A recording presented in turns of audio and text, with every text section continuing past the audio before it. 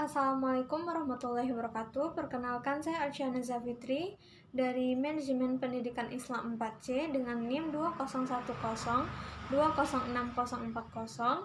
dengan mata kuliah Manajemen Perkantoran dan Kearsipan yang diampu oleh Bapak Dr. Muhammad Nurzen SMPD. Baiklah, selanjutnya saya akan membahas yang pertama, yaitu pada pelaksanaan urusan administrasi keuangan. Pada contoh yang pertama adalah buku kegiatan harian. Nah, pada buku kegiatan harian tersebut, kita diminta untuk mengisi hari, tanggal, kemudian jenis kegiatan yang dilakukan pada administrasi keuangan dan keterangannya untuk memperjelas kegiatan pada hari tersebut. Kemudian, lampiran selanjutnya adalah contoh laporan keuangan barang dan jasa. Nah, pada laporan keuangan barang dan jasa tersebut, misalnya total penggunaan untuk uang gedung dan total pengeluaran untuk uang gedung tersebut dijumlahkan berapa dan apakah masih menyisakan dana dari pengeluaran anggaran dana tersebut dan diketahui oleh kepala sekolah dan juga bendahara sekolah. Dan selanjutnya adalah lampiran selanjutnya, contoh rencana penggunaan anggaran biaya operasional pendidikan atau BOP sekolah, madrasah atau BOS. Rencana penggunaan anggaran biaya operasional pendidikan sekolah atau madrasah, yaitu kita harus mengetahui total anggaran dari jumlah keseluruhan yang dibutuhkan, kemudian harga untuk per bulannya, untuk bulan-bulan misalnya Juli, Agustus, September, Oktober, November, dan Desember. Nah, itu kemudian diketahui oleh kepala sekolah dan jumlahnya harus juga teranggar dengan baik. Kemudian lampiran selanjutnya adalah laporan keuangan BOP atau BOS.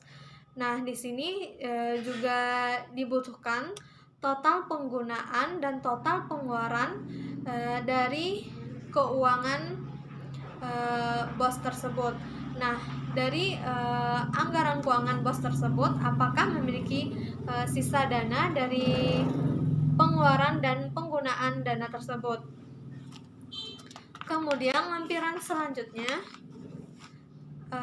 contoh format buku kas umum bulanan. Nah, untuk buku kas umum bulanan ini digunakan untuk mencatat semua arus dana yang masuk dan yang keluar harus melewati buku kas umum atau BKU. Nah, dalam buku kas umum ini harus mengetahui buktinya, uraian dan penerimaan atau debit, pengeluaran atau kredit, dan saldo, dan diberi keterangan untuk mengetahui keadaan buku kas umum ini. Dan misalnya saldo sisa buku kas terdiri atas berapa ribu, atau saldo bank dananya tinggal berapa, dan saldo kas tunainya tinggal berapa, dan diketahui oleh kepala sekolah dan bendahara sekolah. Selanjutnya ada lampiran format buku pembantu kas bulanan. Nah, digunakan untuk mencatat penerimaan dan pengeluaran uang atas penerimaan yang disetorkan ke kas umum. Nah, pada buku pembantu kas ini adalah untuk membantu agar pencatatannya jelas. Nah, pada buku pembantu kas ini juga harus jelas penerimaan dan pengeluarannya. Selanjutnya lampiran format buku pembantu bank bulanan. Nah, buku pembantu bank bulanan ini untuk mencatat penerimaan dana dari bendahara umum atau pihak pada rekening bank bendahara pengeluaran. Nah, dari buku pembantu bank ini yang berperan penting adalah bendahara sekolah karena merupakan pembantu dari rekening bank bendahara. Kemudian buku pembantu pajak.